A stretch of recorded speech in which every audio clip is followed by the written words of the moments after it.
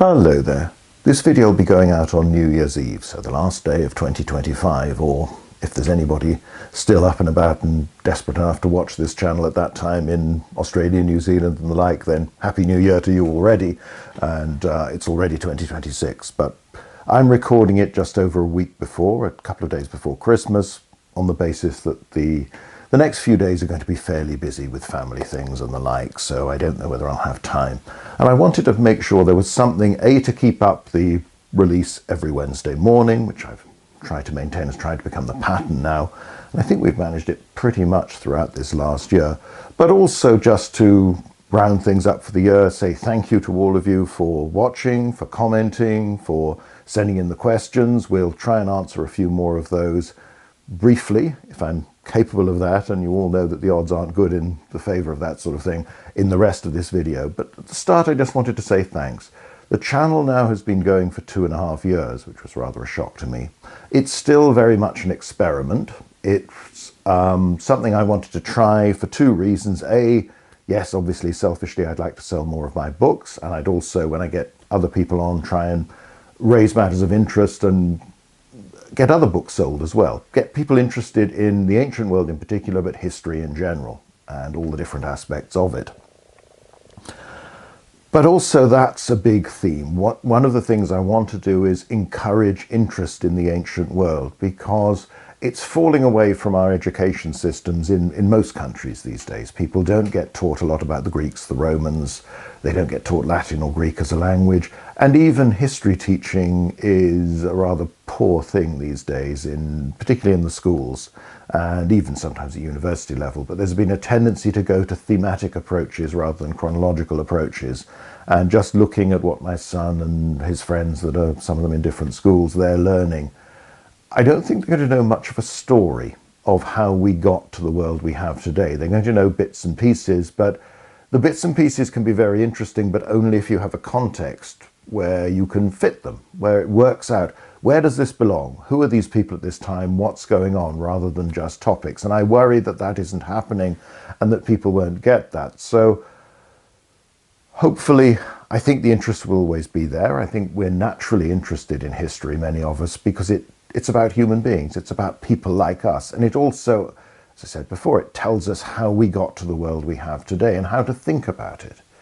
So to me, that's important. And I hope that in a small way, this channel is encouraging people to look back at the past, particularly the Roman period, because obviously that's my big thing, but also some of the other topics that I'm interested in or where I can get people on to talk about.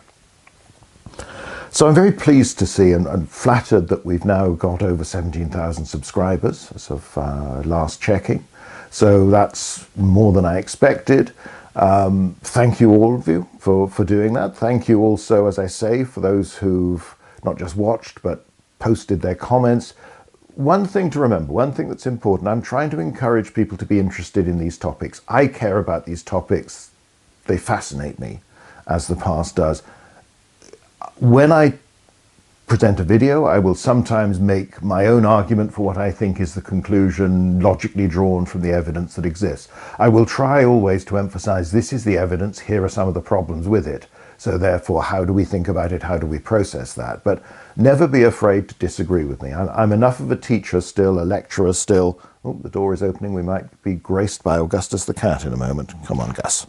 Come on, I think everyone will be pleased to see you, or at least there are many cat lovers there. So here at the end of the year, we'll get a glimpse of Gussie as well. There'll be quite a lot of the Emperor Augustus, not necessarily the cat, later on. Right, he's knocked the microphone off as before, so we'll just retrieve that. All right, order restored after the disruption caused by Augustus, or caused by me picking up Gussie the cat, anyway. We'll be looking at Augustus more next month in January 2026. That's partly because he's such a pivotal figure in Roman history. It's also because my biography of Augustus is being released by Basic Books, re-released. There was an edition by Yale University Press that came out in 2014, and now there's a new edition, which is the same book but with a rather more impressive cover, coming out and will be available again. So hopefully that will make the book widely available again in the United States in a way that a book, as it gets older, tends to be less and less ordered by bookshops and put on the shelves and that sort of thing. So to tie in with that, we'll do at least 2 videos about Augustus in January, I should think. And there'll be more in the years to come. So there are a couple of questions that have been raised when I put the Q&A out about Augustus. We will deal with those then. So thanks everybody for watching and interesting. But as I said, the point before I interrupted myself and digressed into lifting cats up and trying to show them off on the basis that they seem to get far more attention on YouTube than any human being ever will, is to say, never be afraid of saying that you don't follow my conclusions, that you don't agree with them. I'm a lecturer at heart. My writing style developed whilst I was studying. Oh, there's Gussie meowing in the background. And taught for several years. The whole point, when you're confronted with a group of students, you want to get them to A, find this interesting, but also to think. You want to know what they feel about things, what they think about this evidence, this ancient past, how they judge it. It isn't about convincing everybody that I am right and that therefore they parrot back my opinions, my ideas to me in the hope of getting a high mark. And that's always bad if that happens in education, because that's not what you're there for. You are trying, particularly in the arts and the humanities, you are trying to encourage people to think for themselves. And that is the aim very much with this. So if I present a point of view in any of these videos and you feel, actually, I don't think the evidence backs that up, or here is a better way of interpreting the evidence which conflicts with your conclusions, please feel free to say it. I may not always be able to get to answer the comments, but at least it's putting it out there, it's adding to the debate. Keep it all polite. That's whilst that's perhaps an overambitious goal for YouTube or anything on the internet, nevertheless, I think generally speaking, we're conducting our comments, our discussions in the right sort of thing. But again, let's try not to call each other fools and this sort of thing. Let's just say, well, here's the evidence. This is what the evidence actually suggests. In my view, in my opinion, there will always be the subjective judgment in this, no matter how much we try to be as cold and dispassionate about it as possible. So as I say, never be afraid to post something saying, I don't agree with what you're saying. If I don't answer it, it's not because I'm sulking, it's simply the time factor. My plan is to continue throughout the next year and for the foreseeable future with the same pattern. One video every week on a Wednesday morning. There may occasionally be gaps in that where work or real life has got in the way, or even, but perhaps less likely, where I post something extra to coincide with a particular anniversary or some event or something that's in the news. However, in the main, I will try to stick to the one video a day. It's going to stay this very amateur, casual approach. Natural, I'd prefer to call it. I think that's a tactful way of putting it, where I'm just sitting here rambling away. It's not going to be scripted. I don't have time to do that. I also find that a bit artificial. I'm not trying to produce documentaries here. I am trying to have conversations, chats about history, and particularly ancient history. Mostly just me, but sometimes guests as well. We'll try and do one guest every month. I know, judging from the viewing figures, they don't seem to spark people's imagination quite so quickly, but I'd like to get more ideas out there and more people, and they will be a mixture of some very well-known individuals, but also some that perhaps are academics and scholars who are working, doing very valuable research that are not so widely known by the general public. And I'd like to try and bring those ideas. I don't want this to be just me shouting away, but also it comes back to that goal. Let's try and encourage people to be interested in the past and to understand how we go about being an archaeologist, being an ancient historian, whether it's academic research, whether it's writing for an academic audience, whether it's writing for a more popular audience, and also sometimes as well writing in the fictional sense. I do novels as well. I enjoy historical novels too. So there will be aspects of that. The history is always going to be first and foremost. The Romans are always going to be first and foremost, and the ancient world in general, but there will be other things as well. So we'll continue doing that. It will be in this style, and apologies to those who don't care for it, but this is the most natural for me to do. And essentially, from my point of view, I can devote the equivalent of 2 work days a month to producing videos for this channel. So everything's got to be done in that time. So you're not going to get anything too glitzy, A, because I don't have the technical capacity, but also I simply don't have the time. writing is what I do, and the research for that and the actual writing, I enjoy too much to give up lots of extra time, but also that's why this channel is of interest. This is where the material comes from.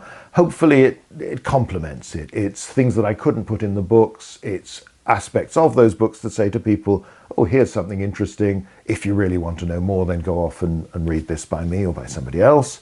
But also the context of it all, that sense of looking at the past in the same way and trying to explain, I see it as, well, it's a bit pretentious, but history with the scaffolding still there.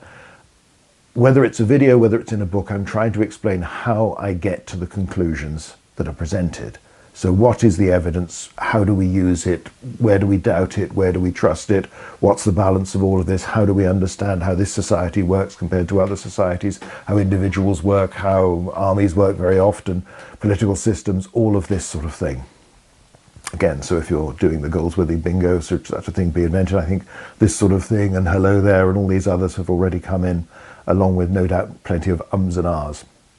But as I say, that's the nature of the channel. The idea is that whether I've got a guest on or whether it's just me, that it's the closest we can get to sitting down and having a chat about something that interests us.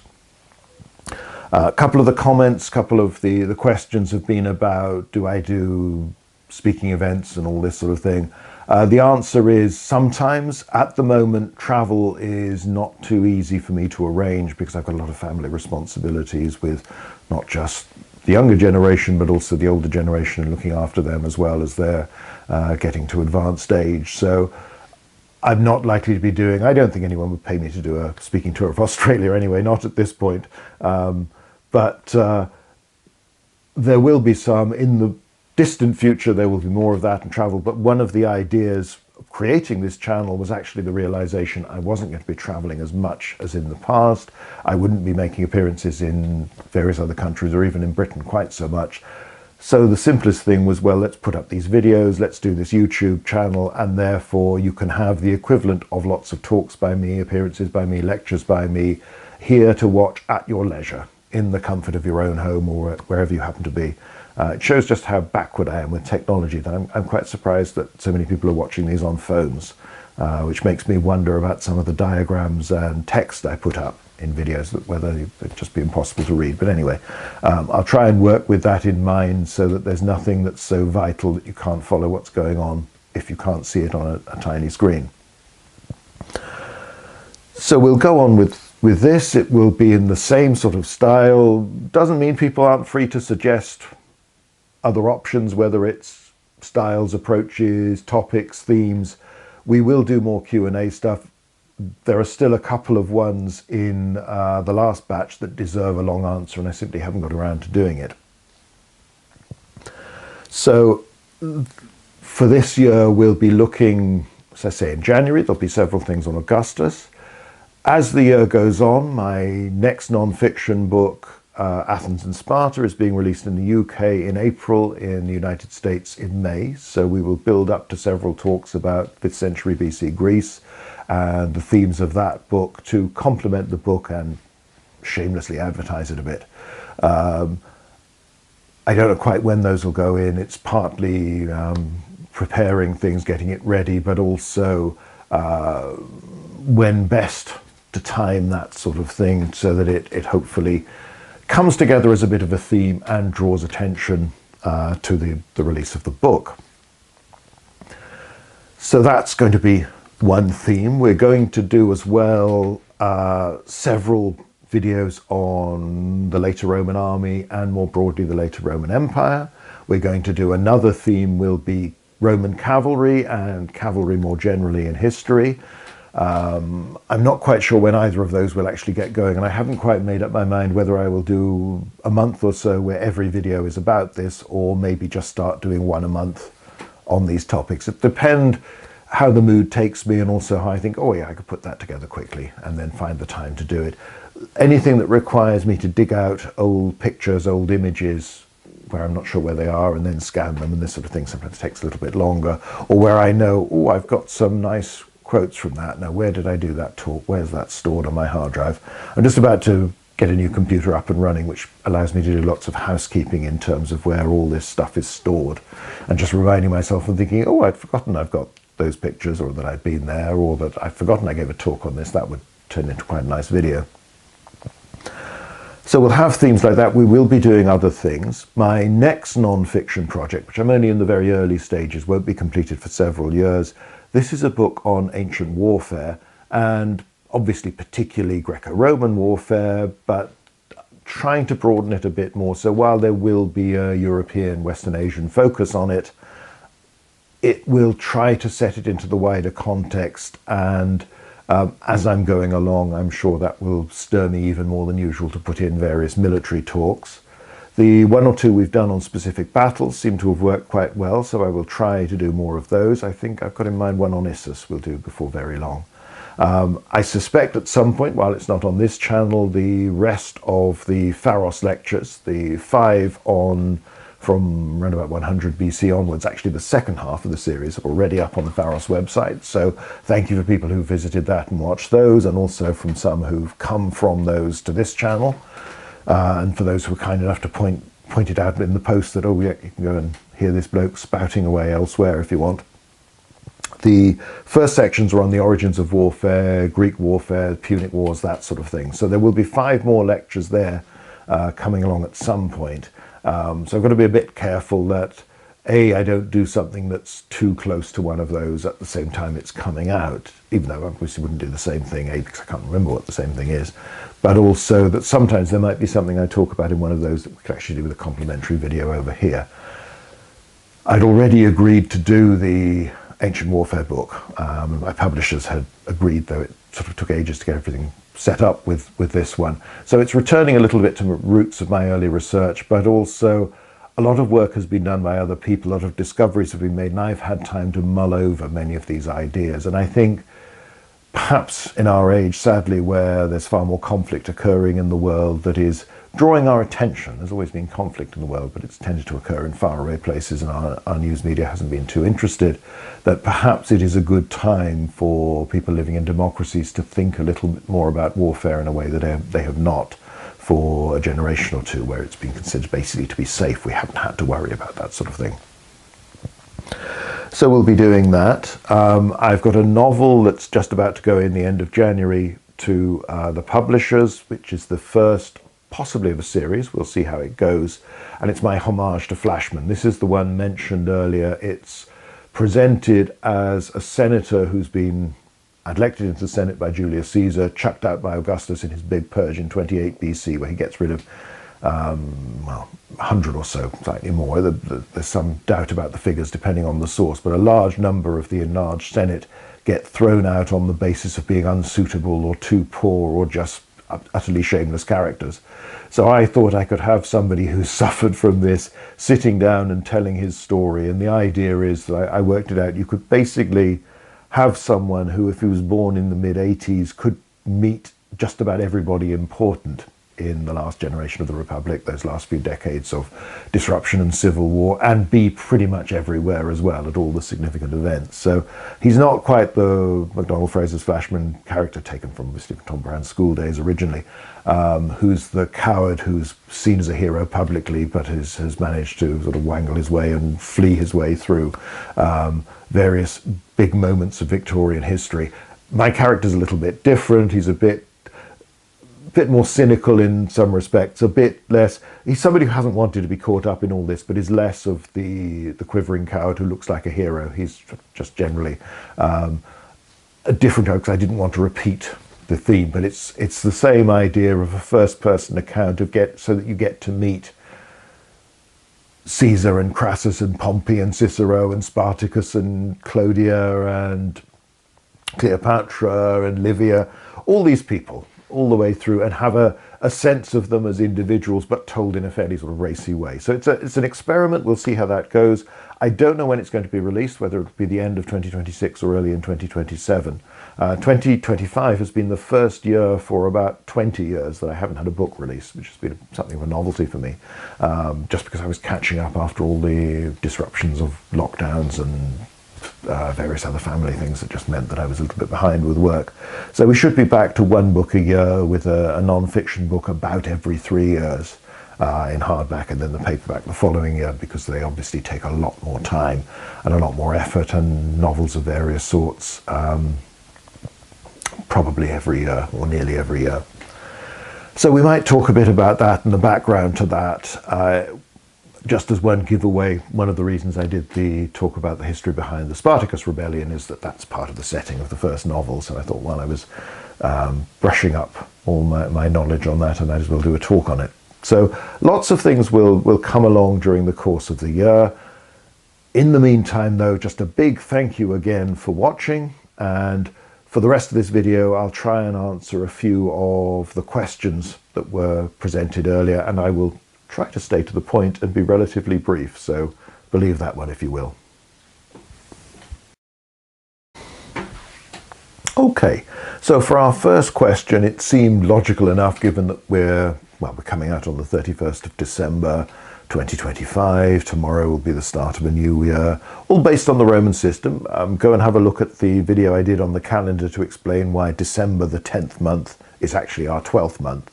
How it was important for the Roman political year that it ended on the 31st of December and the new year started on the 1st of January. So one lot of consuls laid down their office on the 31st, the new lot took over, performed the necessary sacrifices, prayers and the like, just as the others, the departing ones, had done. So one of the questions we had was about dating, and the question was, well, during the Republic, the years are dated by the names of the consuls, and then under the Principate, you get new dating systems, and in particular of the tribunician potestas, the powers of the tribunate that Augustus was awarded in his second settlement, as it's called by historians, part of the developing system of the regime. And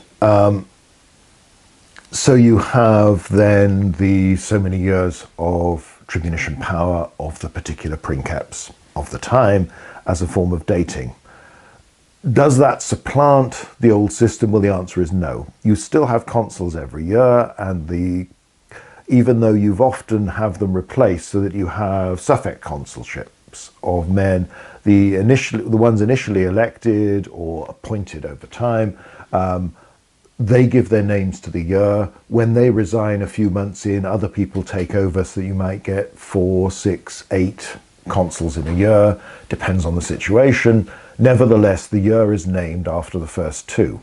You also have the older system of from the foundation of the city, ab urbe condita, where the Romans are counting from the date where they thought that Romulus founded the city.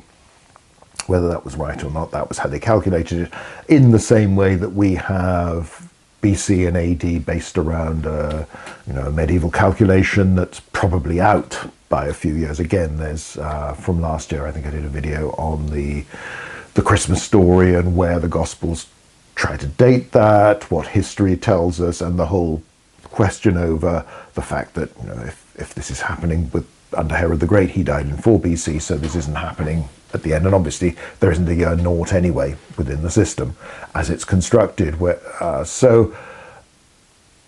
People often fudge things. Human beings will do this, and even those who go for the BCE and CE and all this sort of stuff, it's always seemed a pointless changing the name of exactly the same system that's anyway fairly arbitrary, because it's based on calculations that don't quite work out. So I've never seen the point of that, other than, well, it obviously bothers some people and they want to use it, but I can't say I'm a fan, because in the end it's exactly the same system, just called something else, so what's the point of that? Anyway, that's an aside, and you're all fully entitled to your own views on that and may well disagree with me. So the key thing to say is that those systems remain. So a lot depends on the circumstances of writing the date. So most people, if they're just producing a legal document for ownership of property, they might well not use a date at all. They certainly might not use the tribunician power. They might use the date of the consuls.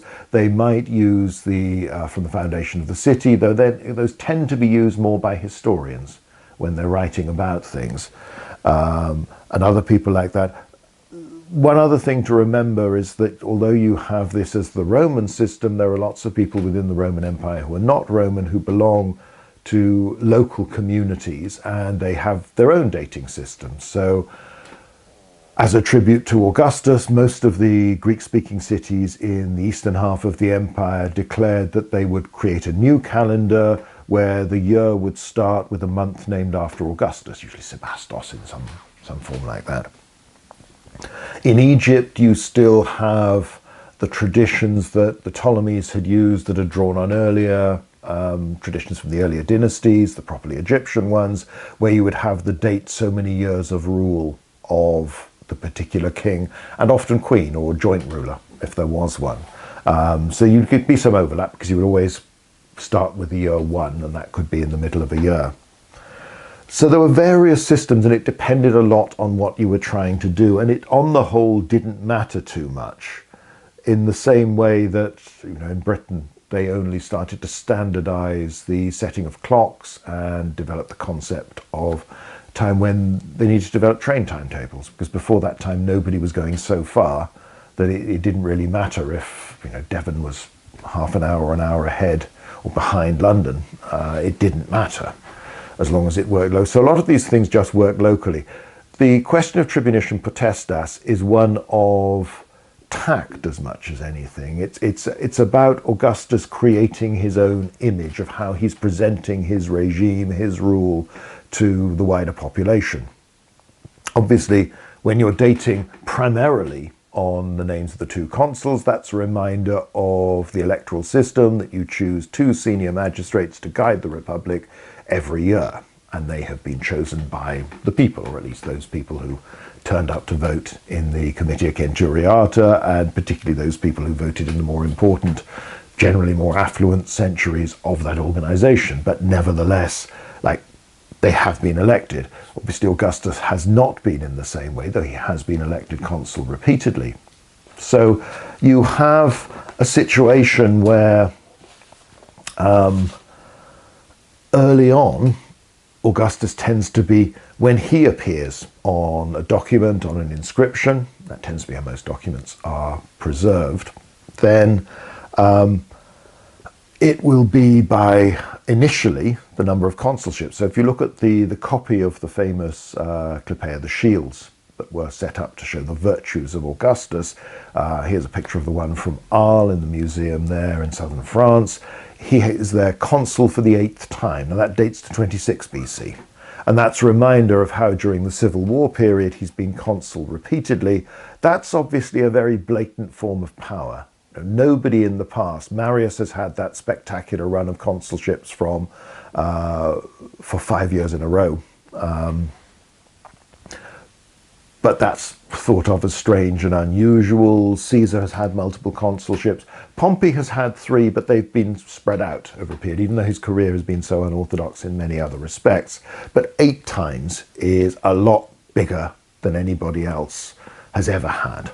And it very much parades Augustus' power as, I have taken the senior magistracy of the state, I am bigger and better than everyone else, which of course a shield dedicated to his virtues and the fact that he's got this name Augustus that is very familiar to us but is a really weird thing from a Roman point of view. Again, talk more about this next month.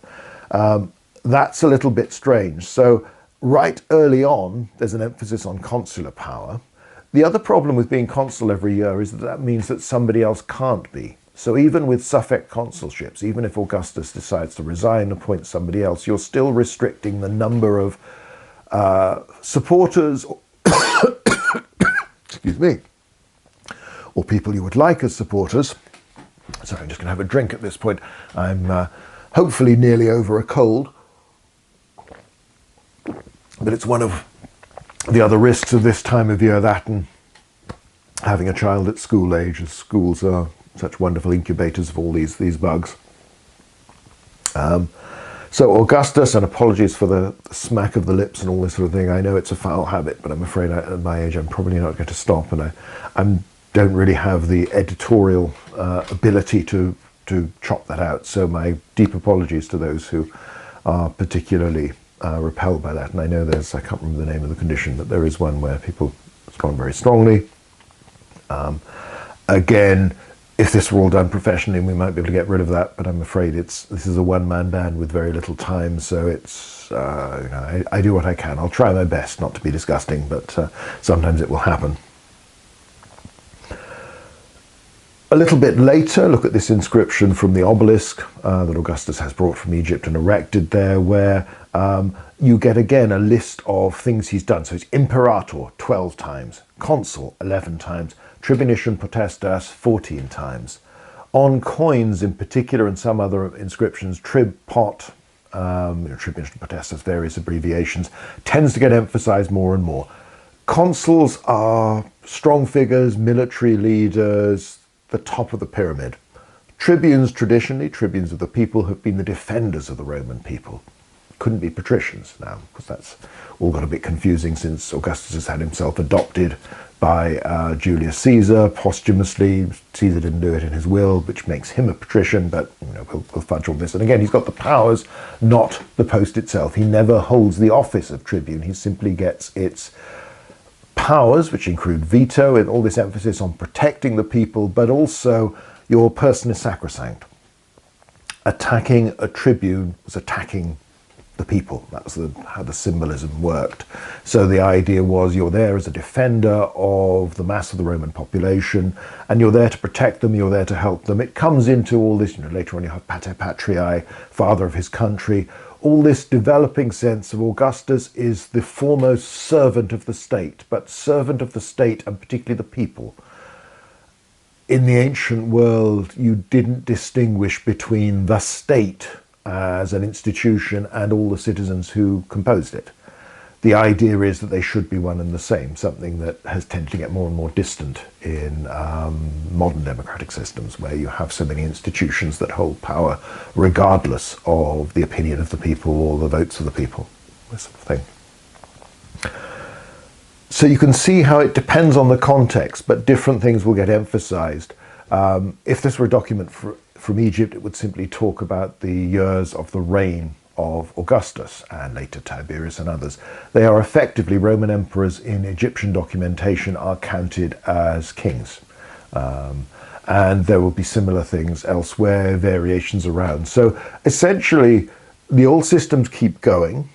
The new system comes in. Tribunician potestas is paraded in a way that consular power and the proconsular imperium that Augustus permanently wields is kept behind the scenes. It's there. It's not emphasized in the same way. That's your power to tell people what to do, whereas the tribunician power is supposed to be more protective of what they're doing. But again, everybody's going to see through this and remember that from the very start in the Greek East, Augustus is referred to as Basileus, as king, prince. The word goes back, it's in use in Homer for Odysseus and Agamemnon and all these people. They have the Basileus.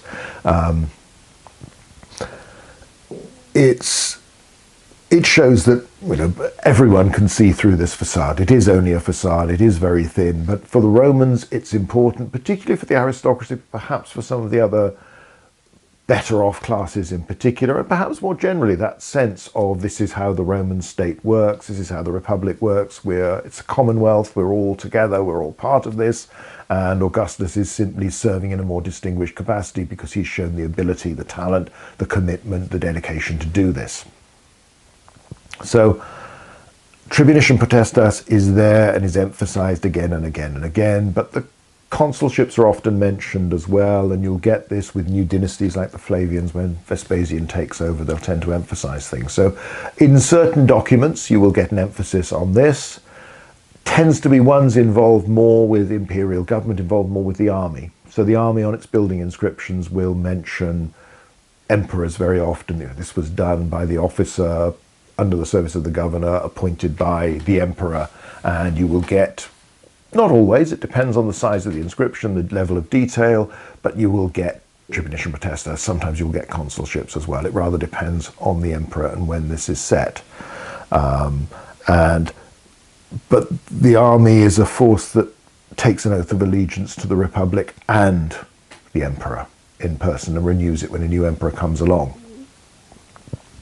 Their promotions, their pay, all of these things come from the emperor. So you tend to get more emphasis on this sort of dating in those sorts of contexts, where it is part of the Roman world that has much more to do, is more directly responsible to, controlled by the emperor. Elsewhere, you will get different forms of dating, including many local types that then have to be keyed in. And as I say, in the main, it doesn't matter too much. You don't, for day-to-day life, for legal documentation in many areas, it doesn't matter if you're doing something different in Bithynia compared to Baetica in Spain. As long as it works for you, as long as everybody understands, that's the point of it. In the same way, you don't necessarily, when you're writing a letter, put the year in. You might put the date, you might put the year in. The tradition is, you'd put your address in, all that sort of thing. There are formal ways of doing it. Obviously, with electronic communication, a lot of this goes in automatically. But again, that's a new form of technology where this is more precise, and where you will end up, because you didn't necessarily keep hundreds and hundreds of letters, you didn't necessarily keep all the birthday cards you'd been sent every year in your life. But if you get sent an email, unless it's actively deleted, then it's going to stay there. So sorting things out, particularly with these long chains that people start to develop, becomes more of an issue. So again, you can see just how different technology, different demands of society life at this time has created an emphasis on times, dates, that sort of thing. Again, it could be far more important, particularly with a thread discussing something, if you work out what time of the day was this sent, so what's the order, and that chain creation of messages preserved in their order, whether it's on texting, WhatsApp, email, whatever it might be, all this sort of thing, again, as we might say. So everything stays as it was, you just add on extra levels, and in a sense that's what we tend to be doing in the modern world as well. So that's the less brief than I thought, but by my standards a rush through of that particular question. A couple of people also raised the issue of dynasties at Rome, and whether the Roman Empire might have been better off with a clearer imperial dynasty, a bloodline that allowed you to keep on finding people as your next ruler and so on, or a clearer system of succession. Now, this is a big issue, but one thing that Augustus doesn't do in any open formal way is create a constitutional position of emperor, of princeps. He calls himself Princeps the First, Princeps Senatus. It's an old title, the leader of the Senate, but Princeps in general, the senior, most important, most powerful, most distinguished, most hard-working servant of the Commonwealth, the res publica. He is not a king. He is not a triumvir anymore. He is not a dictator. Things that have happened, Caesar's been dictator, Antony and Lepidus have been, formed the triumvirate with these dictatorial powers, the same ones that Sulla had had, that Caesar had had, the same terminology. And that was a blatant military dictatorship, in effect, a sense that you are there because you have seized power by force, you've killed your opponents, therefore you're going to do what you like, people have to obey you, they have no choice. You haven't been elected, you haven't been chosen by your fellow citizens for this role, not in any formal way. Augustus wants to emphasize restoration. The Commonwealth, the res publica, has been restored. Proper laws are working again. The courts are working again. Taxation is more balanced. You are not going to find an army turning up under some warlord who confiscates all your farms to give them as rewards for his own followers. You are not going to be conscripted into his army and forced to fight. If you own property, you can be fairly confident that unless you mess up in a business sense, you'll be able to bequeath this to your heirs, your children, your family. It gives you that incentive for developing things, for keeping things in a good condition, trying to improve on your status if you're confident enough that you will be able to pass it on to someone else.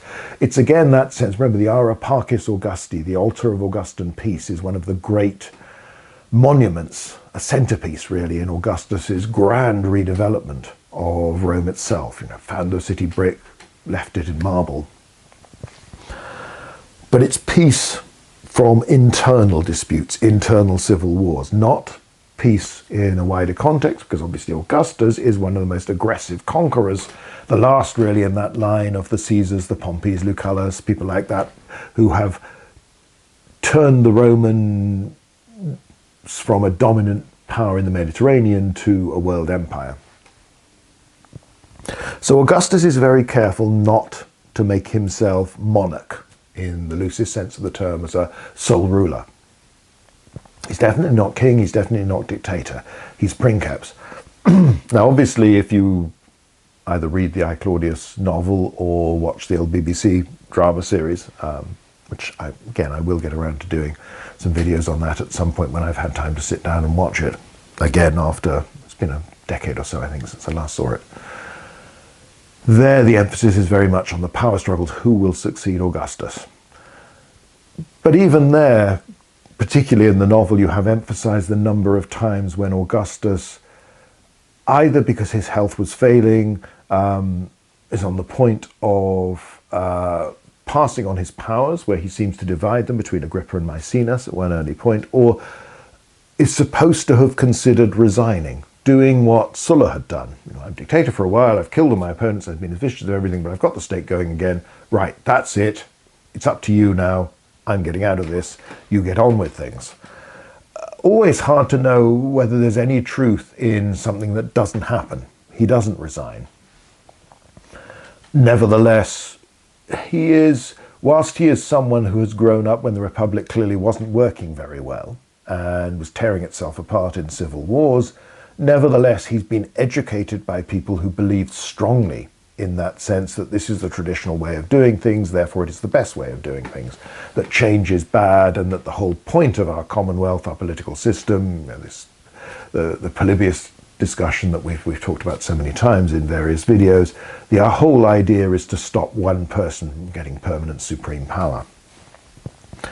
So Augustus does not create a formal position as emperor, as we would call it, for himself. However, he gathers together all these powers, the two main ones being the Maius Imperium Proconsulare, the imperium, military authority, power to command greater than that of any other governor, and not quite all-encompassing, but certainly extending over a large chunk of the empire and virtually all the significant military provinces. The Tribunician Potestas, he gets other rights, he gets all these titles, he gets all sorts of honours voted. He's been consul more than anybody else has ever been.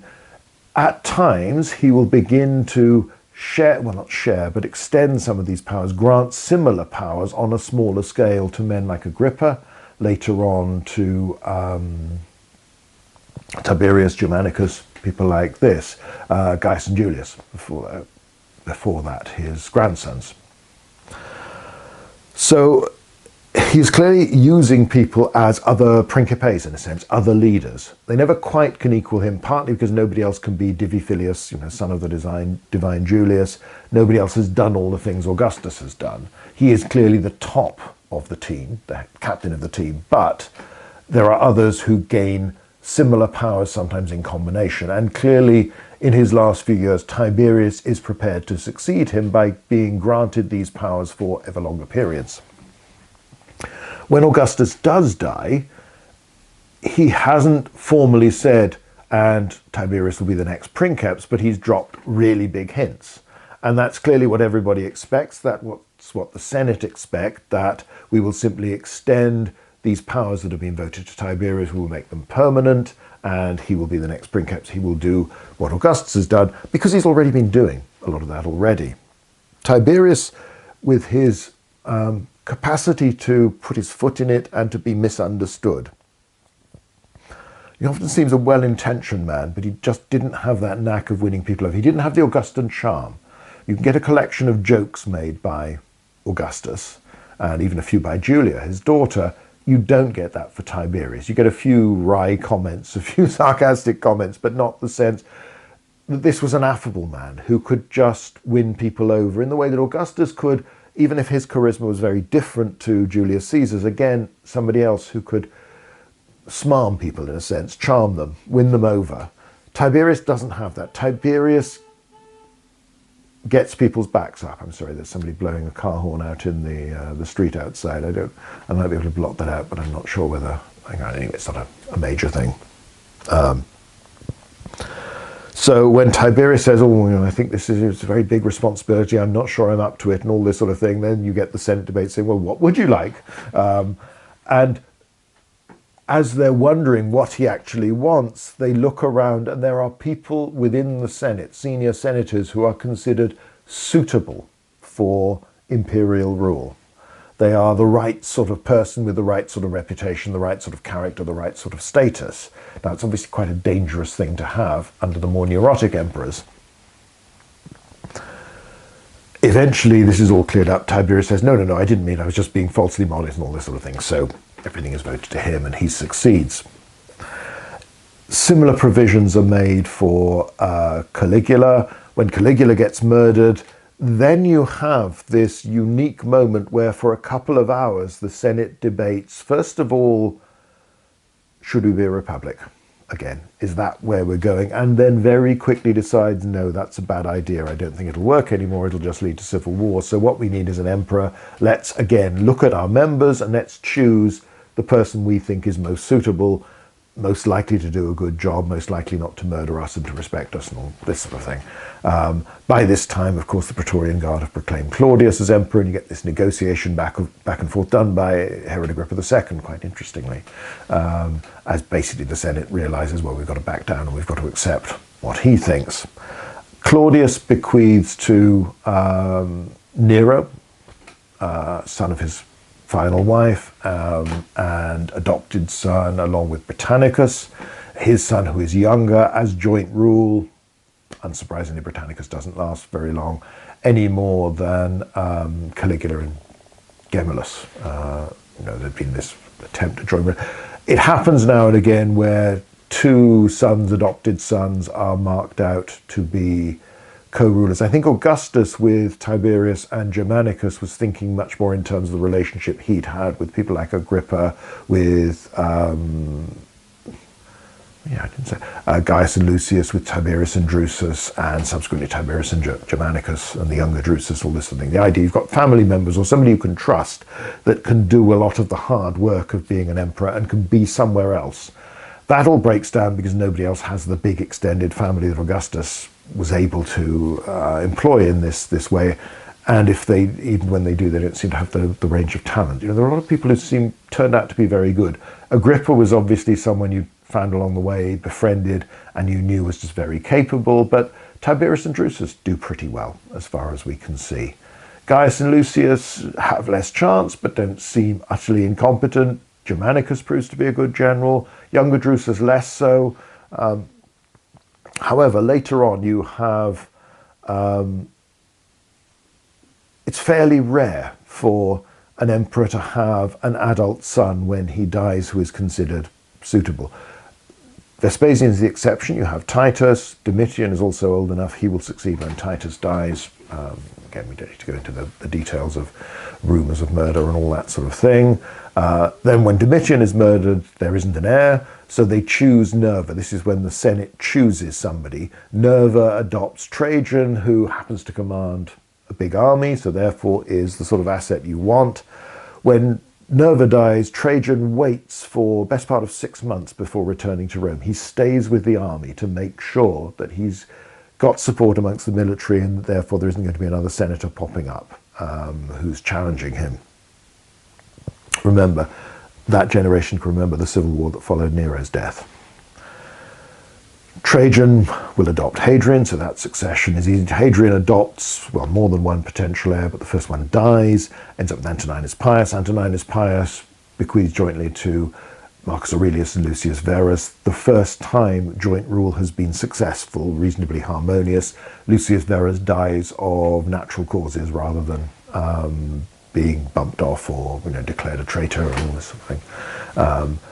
Marcus Aurelius starts to do the traditional thing of appointing, giving Commodus Tribunicium Potestas, Maius Imperium Proconsularis, sharing rule with him from 175 onwards. So when he dies again, you've effectively got 2 Principes, you go down to 1. Commodus doesn't produce an heir that's old enough when he's murdered to succeed. So there again, you get the Senate, or at least a group of senators, a cabal, a conspiracy, go and persuade Pertinax to become emperor. He's suspicious about it all. I mean, that's a wonderful story of, and then they can't find the night watchman with the keys to the curia. The Senate has to get in to convene a meeting of the Senate, proclaim him emperor. But of course that doesn't work out. You end up with the challenges coming from Septimius Severus and others after Pertinax's murder,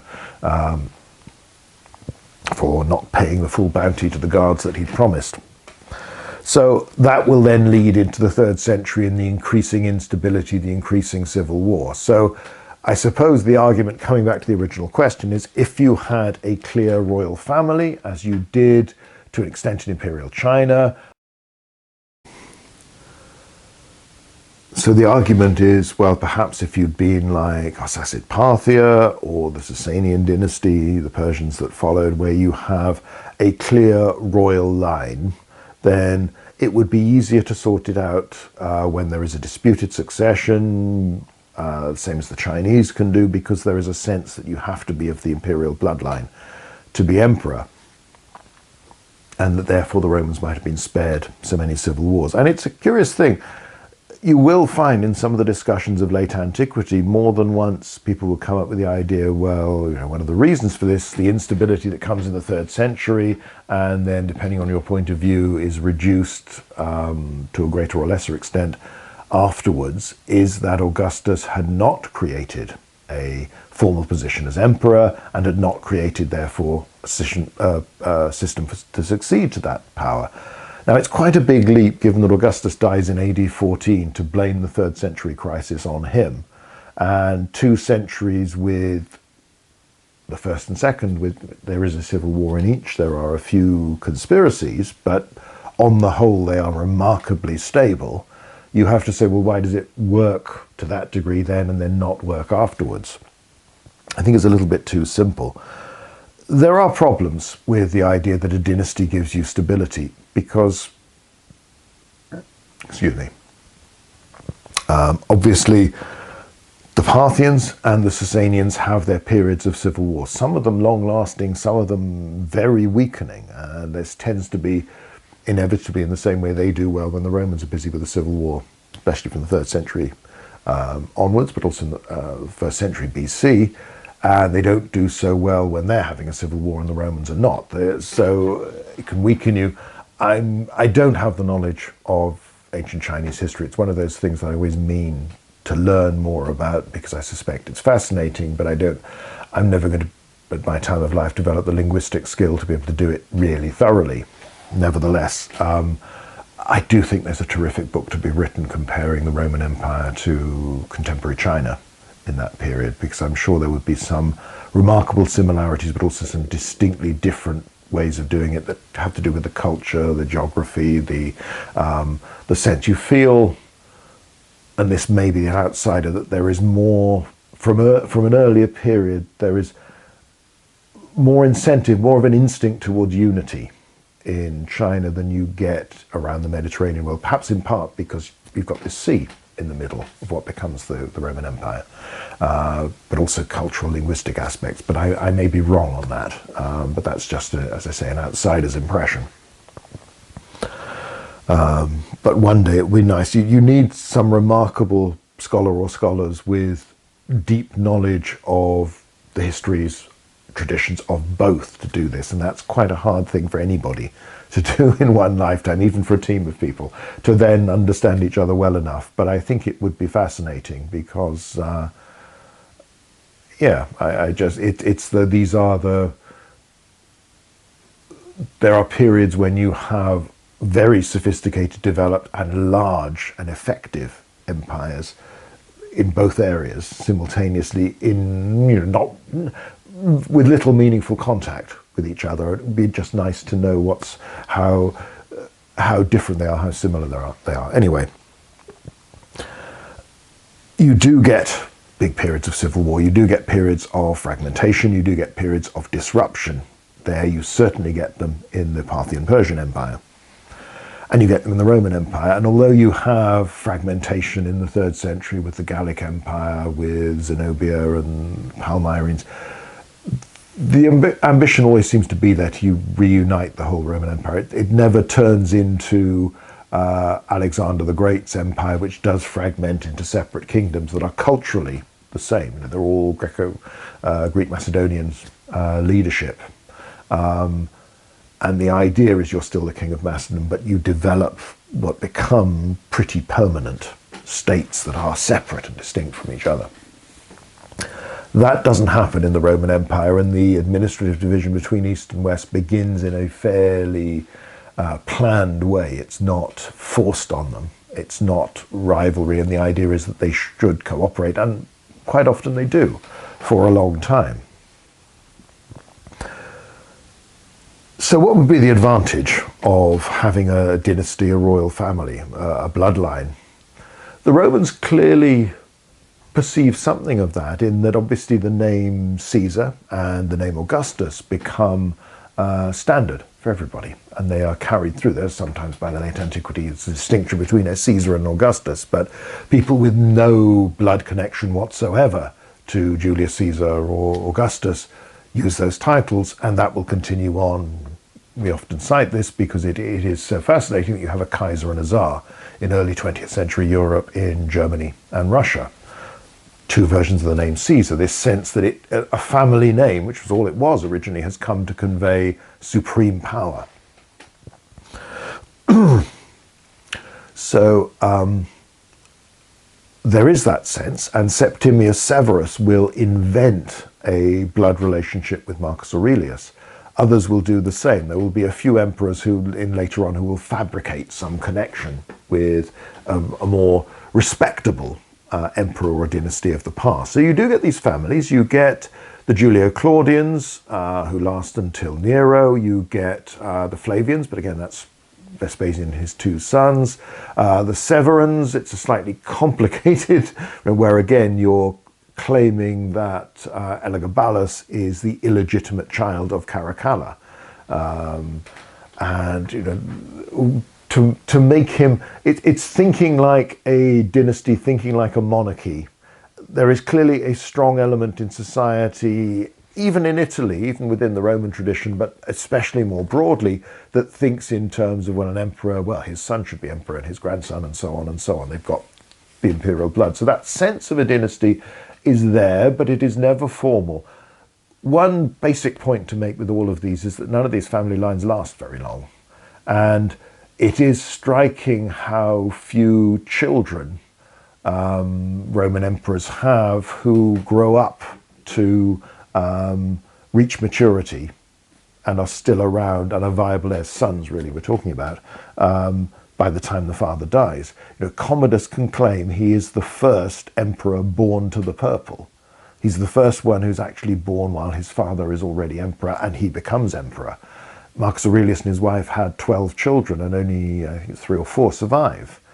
Commodus had a twin brother who died in infancy.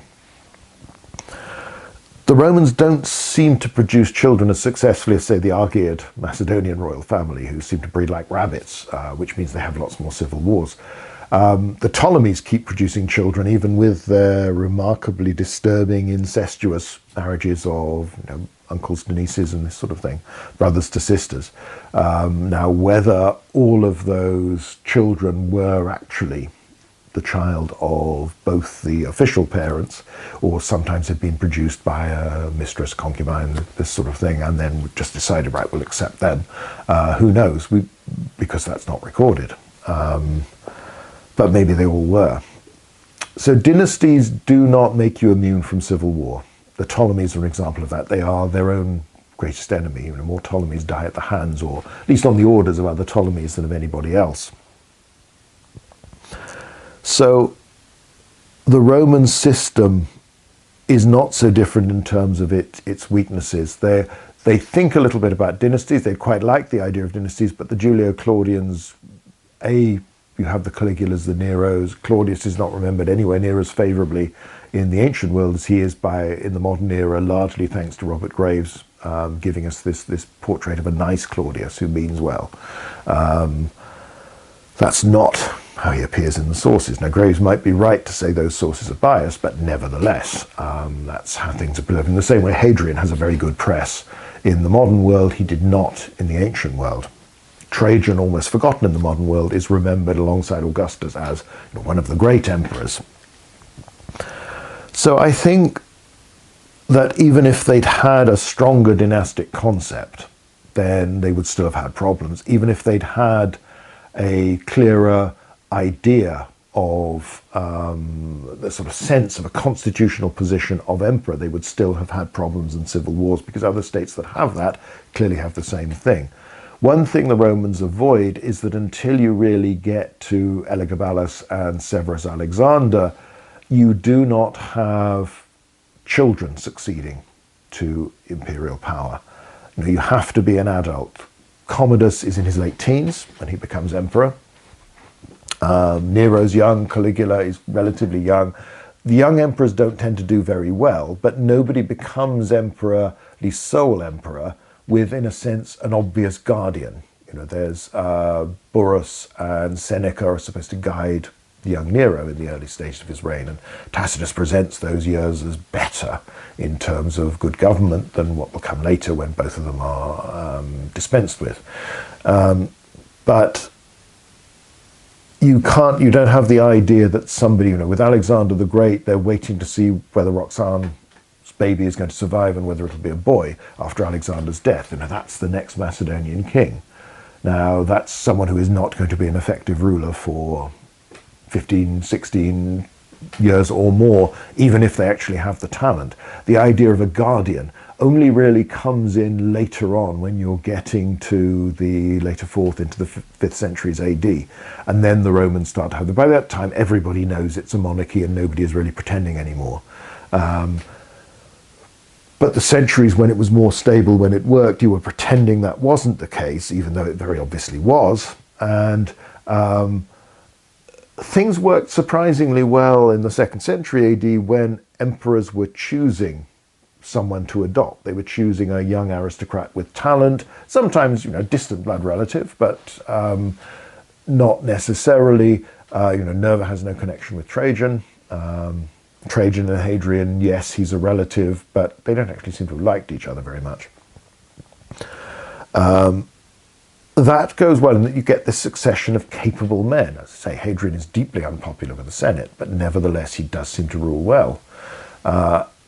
It's almost a shame to this system that Commodus survives to adulthood and is there as a viable heir when Marcus Aurelius dies. So, one of the problems, obviously, with a royal family, an imperial family, is you can't be sure of talent. The next generation, even of a brilliant ruler, might not prove to be anywhere near so good. And of course, there is a difference between growing up and becoming emperor a little bit by surprise and being born into the purple as Commodus was. If, as Dio says, he wasn't evil, he was just thick. You've got something. This is an awful lot. If you're basically telling someone from when they're a very young age, there will be people out there who want to use their influence on their own behalf. You'll be told that you're never wrong, that anything you want to do is marvelous, is great, you will be flattered all the time. That's a very hard thing for any human being to control, not let it go to your head.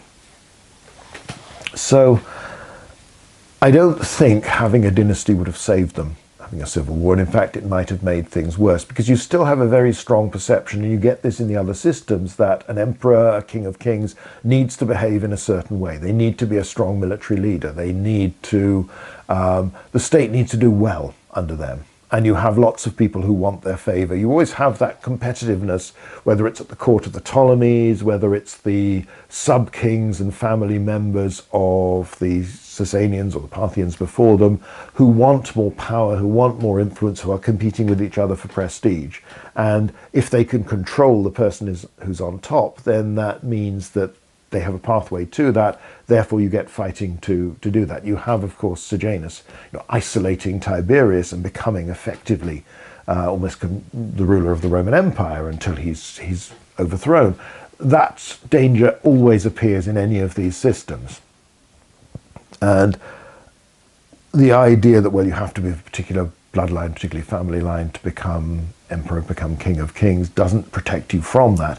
Of course, one of the reasons that the Parthians and then the Sasanians afterwards can have this royal line is because with polygamy you have lots of royal wives, plus some concubines, and as long as the current great king of kings, decides that he will accept this person as his heir, then that's how you succeed. But it's not the oldest or the one from a particular wife that automatically succeeds. And that then means that you've got a lot more potential rivals around, hence the tendency for many reigns to begin with a bloody purge of all your siblings, or at least your... So there can be a lot of problems with having a royal or an imperial family that the Romans avoided, in the sense that it meant you could... The Romans had this more flexible idea of adoption, which was the old aristocratic thing, where essentially once you adopted someone, they became your son just as much as if they'd actually been, they were your child biologically. So that allowed the adoption by Nerva of Trajan, Antoninus Pius adopting Marcus Aurelius, Lucius Verus, this sort of thing, allowed some of the more successful transitions of power. The problem with all of these systems is that once they break down, once there is a period of instability, then the new ruler is less secure, the empire, kingdom is weaker, more vulnerable, which might discredit that new ruler, and other people are thinking, well, if he did it, so could I. And you get cycles in the same way that once Sulla marches on Rome in 88 BC, the Republic, down till its destruction, is never really peaceful for any length of time. In the same way, the Romans managed to handle it and restore stability after the 68-69, after 193 and the civil war. Septimius Severus wins, but not for long. It gets harder. Once civil wars, usurpations become more frequent, then they tend to feed off each other and they just keep going in a cycle. So I don't think the Romans would have succeeded, A, because none of their family lines seem to last that long. And remember again how few of the old aristocratic families that had been the heart of the Republic were still around by even the 2nd century AD.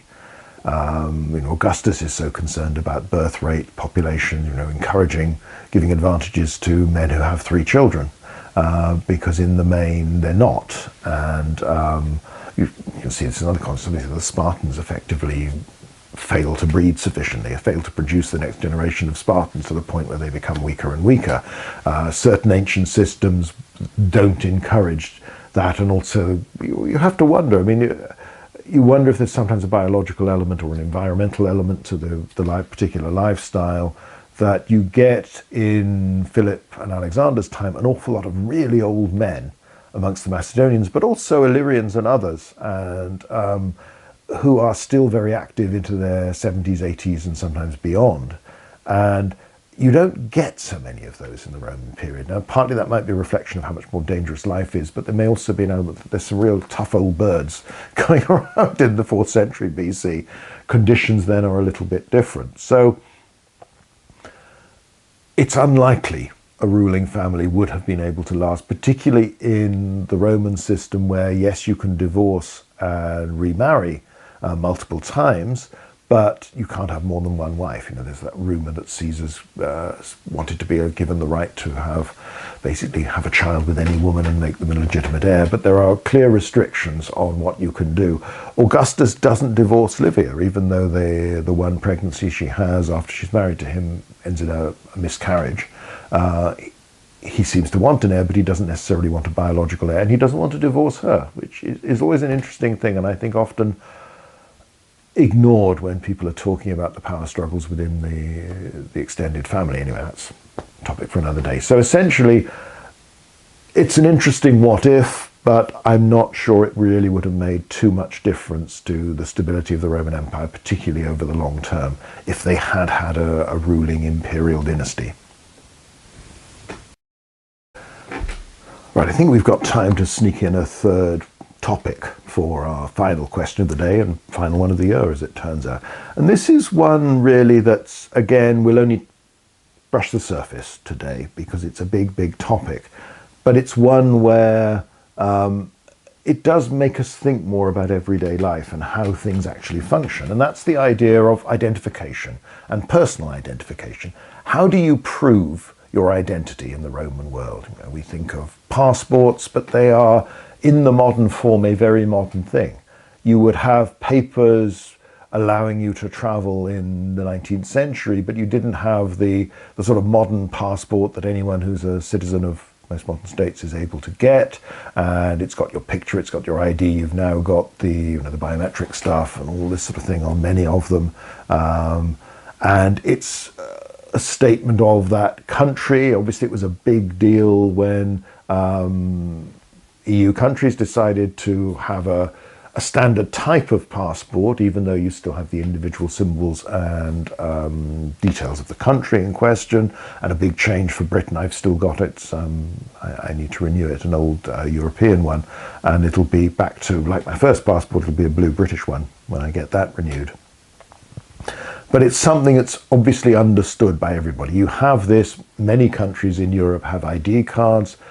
It seems to be every other government in Britain talks about bringing those in. There's great resistance here because it hasn't been our tradition since the war period, when you had to carry them then, and it's seen as a thing, and I can't see it happening, but you never quite know. It's certain ideas have this sort of resilience within government that they keep coming back, and even if everyone else has decided in the past this is a stupid idea or this is an unpopular idea, we don't need to do this, nevertheless it will come back. But let's think of the Roman period. How do you do this? How do you prove? And the question asked, well, if you're a slave and have got your freedom, then how do you prove it? You still look the same. If you're a slave who escapes, how are you caught? How do you prove that you're free? You have these cases in the 1st century BC where various people are sent to investigate. Tiberius is sent at one point to look at some of the big estates, particularly in southern Italy, but elsewhere, that are worked by a largely servile labour force, where they're kept in barracks, prisons, call them what you will. Some of the agricultural manuals talk about chaining people up overnight, the slaves you couldn't trust.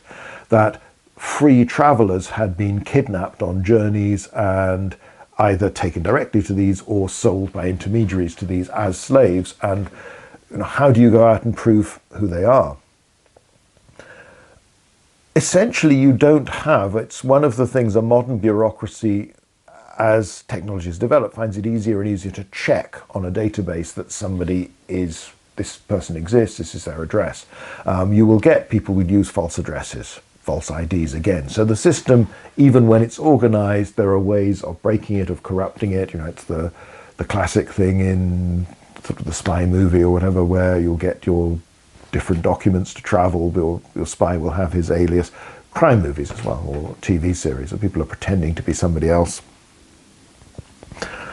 You get mistakes where, you had the Windrush scandal in Britain a few years ago, where people who'd come perfectly legitimately, perfectly legally to Britain and then just lived and got on with their lives and worked hard, were suddenly, because they'd never formally got documentation, like a passport or this sort of thing, were suddenly being declared as illegal immigrants when they weren't. And it took a while to catch up and for the bureaucracy to cope with this, creating a big political scandal. So you get problems even with the more modern systems. The technology available in Rome is a lot more basic, and that's even true. You think into the 19th century, you get the telegraph, you can at last send information faster over long periods. On the other hand, the Roman Empire has an extensive bureaucracy. At the heart of it, and going back way into the Republic, is the census, that every 5 years, by most historical periods, it may well have been every 4 years in the early Republic, the Romans are supposed to, they elect 2 censors who supervise this process whereby you go around and you record the names and the property of all Roman citizens, or at least all male adults who are citizens. As far as we can see, you don't ever record women and children as individuals. However, the adult males you are recording, their family is listed. So you will get information like that put in there. You'd also get full registration of your property, of your voting tribe, your eligibility for military service, what you've already done, how many campaigns you've served, therefore what the state can require of you in the future. There is a clear link between military mobilization and taxation in the Roman census. During the 1st century BC, the system gets disrupted and many censors fail to complete a census. Augustus will do this on several occasions and record the figures, which suggest a big increase in the number of citizens, which is partly a reflection of population growth, but also simply that in the previous ones, lots of people have been missed. Now, it does become more difficult as Romans move overseas, and more of them start to operate and do business in the provinces. Easier with formal colonies, where you have set up veteran colonies or other settlers there, because again, you've got the colony has its administrative system, its laws are based around the Roman system. It's supposed to be a sort of small version of Rome, but still part of Rome. Therefore, they have the administrative processes whereby they can go and say, well, we've got here, and they can register people. The army could do the same thing, where you've got Roman citizens in the legions. But if somebody's just wandering off on their own, then it's that much harder to do and make sure that they get registered. Now, obviously, there are certain rights you have, so there's an incentive to get registered, but there are also obligations, taxation, and the like, that might mean that you don't necessarily do that. I remember reading a biography of the Marx brothers. This has a relevancy that one of the main themes of the author was that they were all actually older than their stated ages, because like a lot of families in Eastern Europe, when they were young, they had been registered as younger because it was to delay being conscripted into the army, trying to sort of keep off some of these obligations. And that sort of thing was fairly common in a lot of systems. People will say, well, how do I play this to work for me, for the benefit of our family? So you have the census, but that's a census of Roman citizens. Again, go back to the video I did about decree went out from Caesar Augustus, the Christmas story in Luke's Gospel, claiming of this sort of universal thing. There's no direct evidence for Augustus saying that he wants the entire population of the empire to be registered in a census. On the other hand, a census appears to occur in every province pretty much, and sometimes more than one during Augustus's reign. So it's probably, as I think I said in the video, from the perspective of somebody living in the provinces, that might well be how you would see it, that this is some straightforward imperial decree. It probably wasn't one single decree, but it does seem to have been, again, policy is a difficult word to use in the Roman context, but general desire, an aspiration and an encouragement from central government of the empire, but also from client rulers, kings and the like, and provincial governors to do this. And there are signs of friction where this was imposed, because it is very often associated with taxation. Somebody comes along, some nosy foreigner or even a nosy local who's asking you lots of questions about what you own, how many children you've got, you tend to treat with a bit of suspicion. So you get rebellions in Gaul, you get them in Judea and elsewhere, as a response to a census being held. But that's a separate census to the one of Roman citizens. The one of Roman citizens seems to occur sporadically after Augustus. The last best attested one is under the Flavians. By that time, in one sense, it's becoming less relevant because you're not conscripting Roman citizens into the army by this stage. Certainly not. Nor are you taxing them anymore. Italy is exempt from taxation, so you don't need to know the same sort of information you had about them, but obviously it is still very, very important to know who is a Roman citizen and who is not, and also who is free and who is not. A freed slave of a Roman citizen gets Roman citizenship. His children, her children, get full citizenship. There are slight restrictions on being a libertus, a freedman, or a liberta, freedwoman. So it's difficult to track people. There is not a constant emphasis on doing this. A lot of this is left to, it's almost the sense that Rome has been, like many cities in the ancient world, a relatively small community at the start, where everybody knew everybody else, or at least knew somebody who knew everybody. Somehow you'd have a chain. It wouldn't take many connections before you could get to someone who could vouch for, oh yeah, that's old so-and-so. Yeah, oh, I remember her mother, father, all this sort of thing. They've lived up there, they've done this, married to so-and-so, all this, that sort of level of knowledge. So there's an element where in those communities you don't really need to prove who you are under most circumstances because everybody knows. You can extend this to some extent. It's one of the reasons why patronage, letters of recommendation are so common in the wider Mediterranean world, but particularly in the Roman system and the Roman Empire, where you have letters that say, this is so-and-so, you know me, I'm your friend, I'm your connection, this is so-and-so, look after him for me. And somebody, you are effectively vouching for other people's identity, as well as their merit, their worth, their character, their sense that you should do business with this person, you should trust them, you should help them, whatever, favour them in court, whatever it might be. Now that obviously favours those with the better connections and works more for the wealthy and the literate, but nevertheless it can extend because you can also get this is my slave, this is my freedman, I'm sending him as my agent, help them in various ways. The letter of recommendation is the commonest form of writing to survive from the Roman Empire. There are just vast quantities of them, particularly on papyri, writing tablets and that sort of thing. But there's enough literary examples as well. There's a lot of Cicero's letters are recommendations of people to him or him recommending somebody to someone else. Pliny does the same sort of thing, a century and a half later. Now, I remember my old tutor at Oxford jokingly saying that wouldn't it be wonderful to have this grovelling letter from Tacitus on behalf of someone else, the ever cynical superior Tacitus, but as a Roman senator would have to do this sort of thing. But you get them at lower levels. Vindelander writing tablets have them, recommendations to.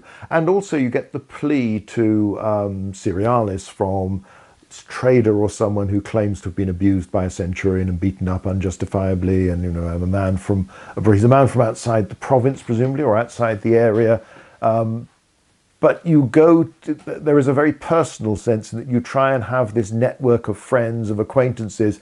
You're trying to make that operate for you to prove who you are and prove that because of who you are you should be treated in a certain way, but it isn't something that's guaranteed. And that is a problem because there is no equivalent of identity papers, no equivalent of a passport, no way of proving to a complete stranger who you are. Now that's, in one sense, baked into Roman society in that you have the symbols of rank. So you have equestrians with their rings that would mark them out. You have senators, equestrians, and others, particularly over time, will develop certain types of clothing, types of shoes, types as well as the ring. Symbols that allowed people to see this is who it is. So this is someone of that status, therefore I have to treat them in a certain way. They're above me, they're beneath me, whatever it may be.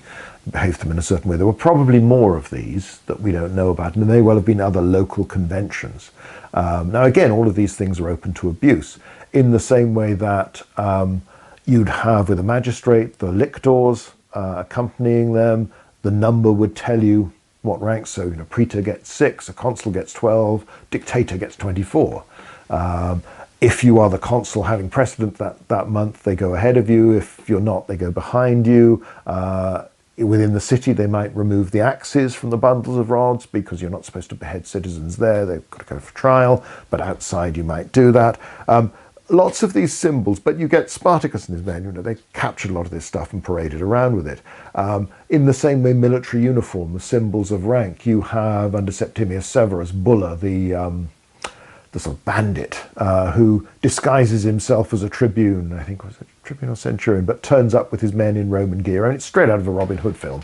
They're disguised as the sheriff's men. Basically, they turn up and are accepted by the local magistrates, and then gallop off, having taken the loot or whatever it is, or rescued Maid Marian, or the equivalent.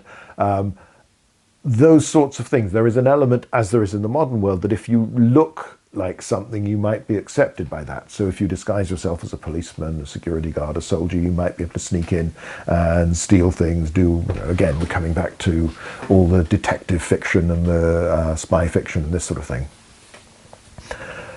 So you have symbols that are within society that will give some idea of your rank, but you don't walk around with proof of who you are because you assume people should know who you are.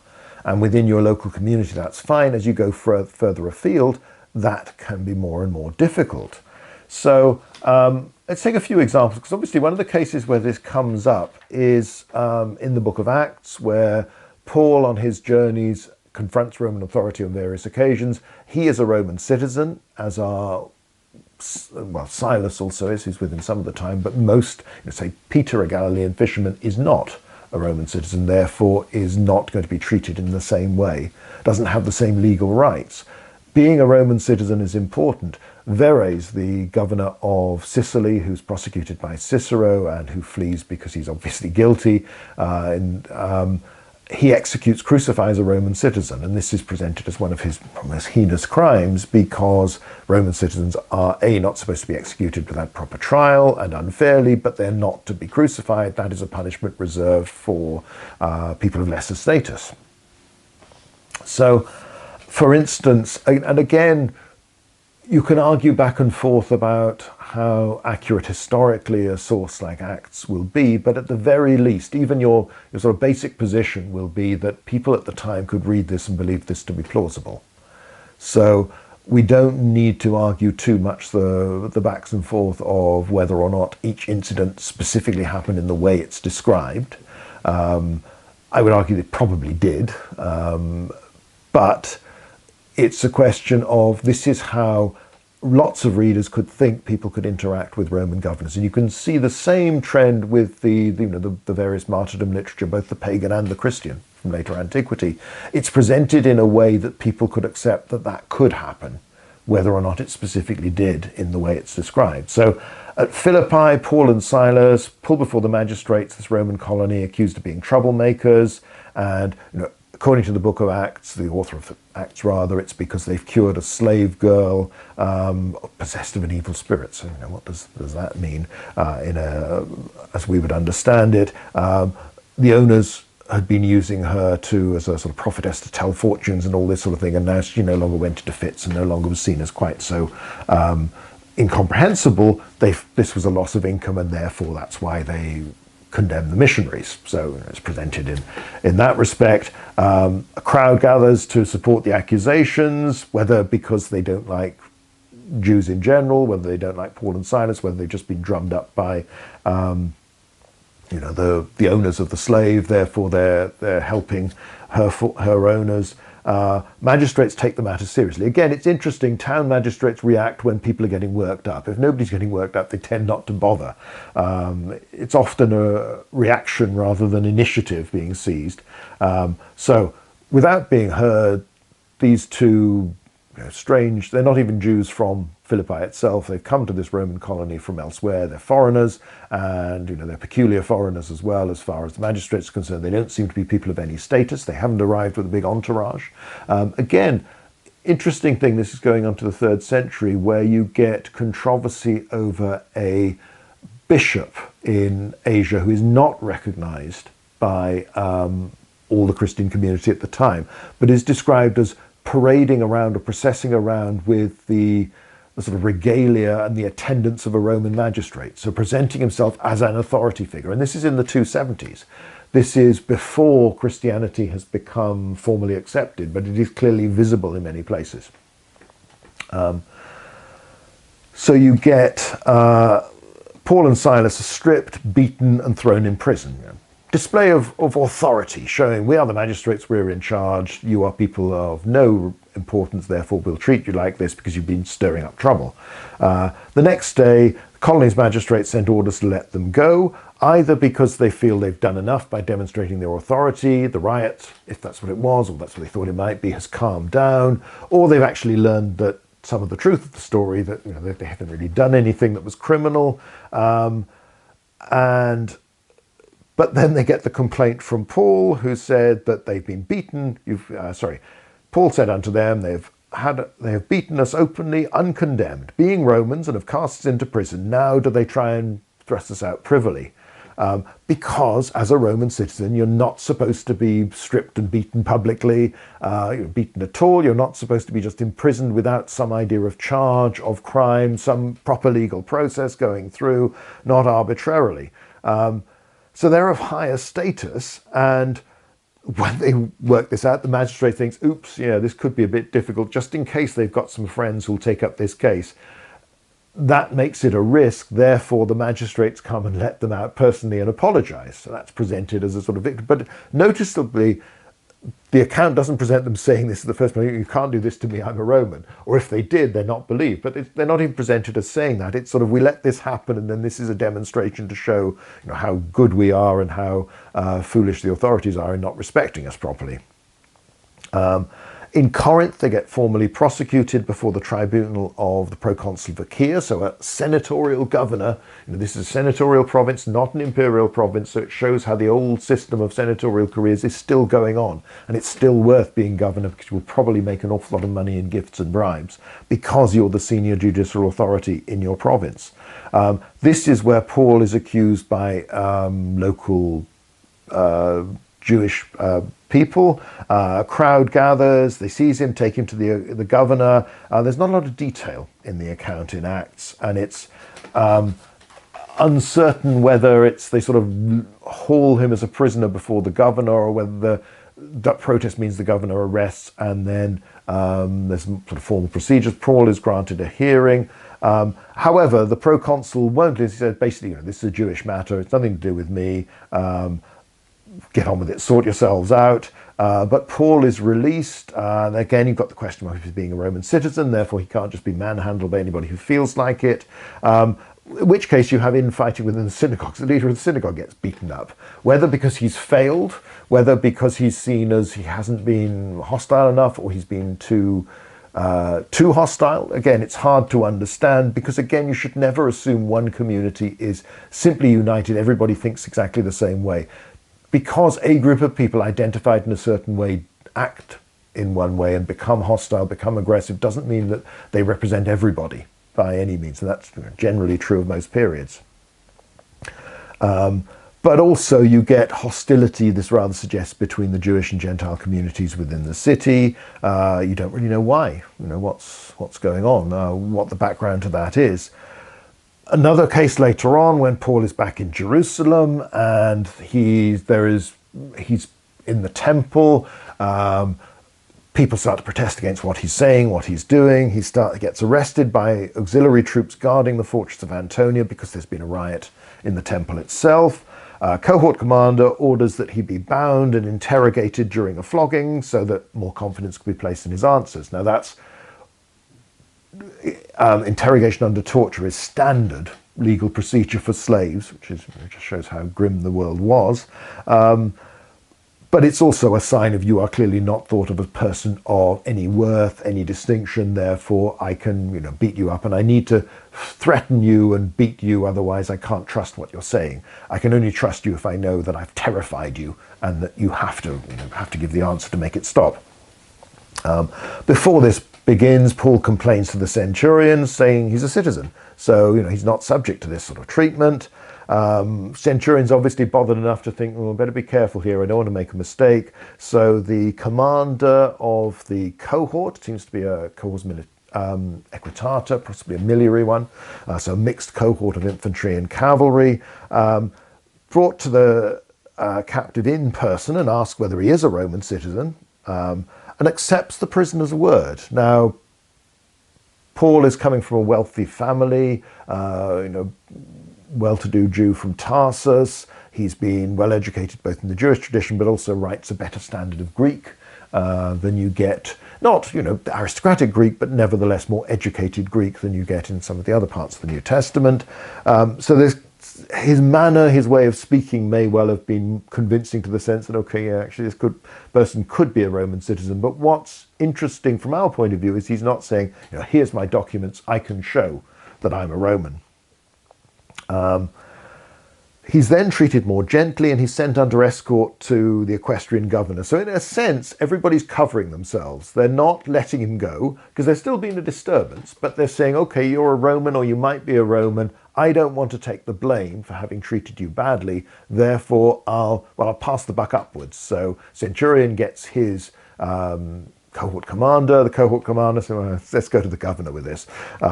He can deal with it. He's treated fairly well. He's still imprisoned and confined, but it's fairly comfortable. Again, it's not just being a citizen, it's being a man of some education, which implies wealth, some connections. And in fact, the way the act's presented is that Felix is hoping that Paul's friends or Paul's family will pay him a bribe to let Paul go. So that, yes, you treat them better, but it's also an expectation of some favours coming your way. This doesn't appear, so in the end, he remains a captive. Again, there's an inertia in it. You've got so far, but nobody wants to make an active decision to do anything about you, whether to punish you or let you go. The next governor comes over, Festus, and there are charges made by representatives from high priestly families in Jerusalem, and he gets a hearing before Herod Agrippa and Berenike, his sister. And it's during that Paul makes an appeal to Rome and to the emperor.